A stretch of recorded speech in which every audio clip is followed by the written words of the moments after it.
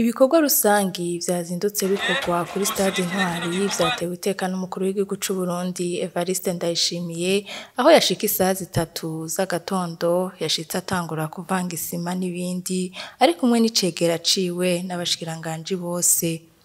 Uhagarariye ibikorwa vyo kubaka stade Intwari Honorable Evariste NDAYISHIMIYE avuga ko ibikorwa biriko bigenda neza kuko bafise abahinga bakwiye babikurikiranira hafi, akemeza ko ikiringo babahaye bazoba bahejeje bagasaba ibikoresho bikwiye gusa.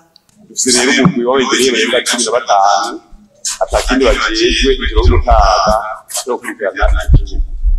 Kubijanye n'umwanya nawo turagera neza gatatu mugatwifuza yuko amezi 4 kuvuga inusu y'amezi mwaduhaye yongera ikibuga cyose abasigaye bahejeje.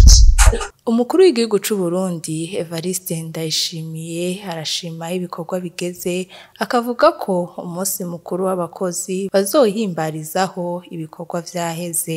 Turi kuri operation agateka. Erega twarasozomuritse.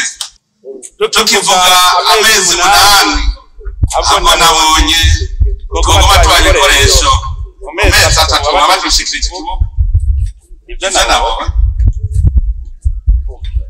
aba iyi minsi bakoze uno munsi bamwe yuko umunsi mukuru w'abakozi tuzongera aha.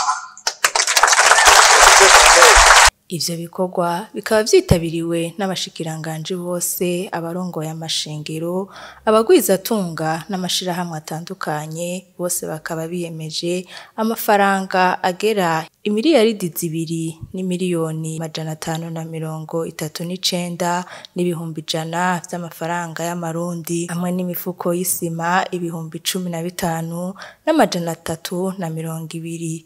Hakaba huguruwe n'ikonti ya FFB muri bankobu uzokwifuza wese azoshirako mu guterera iterambere ry'igihugu.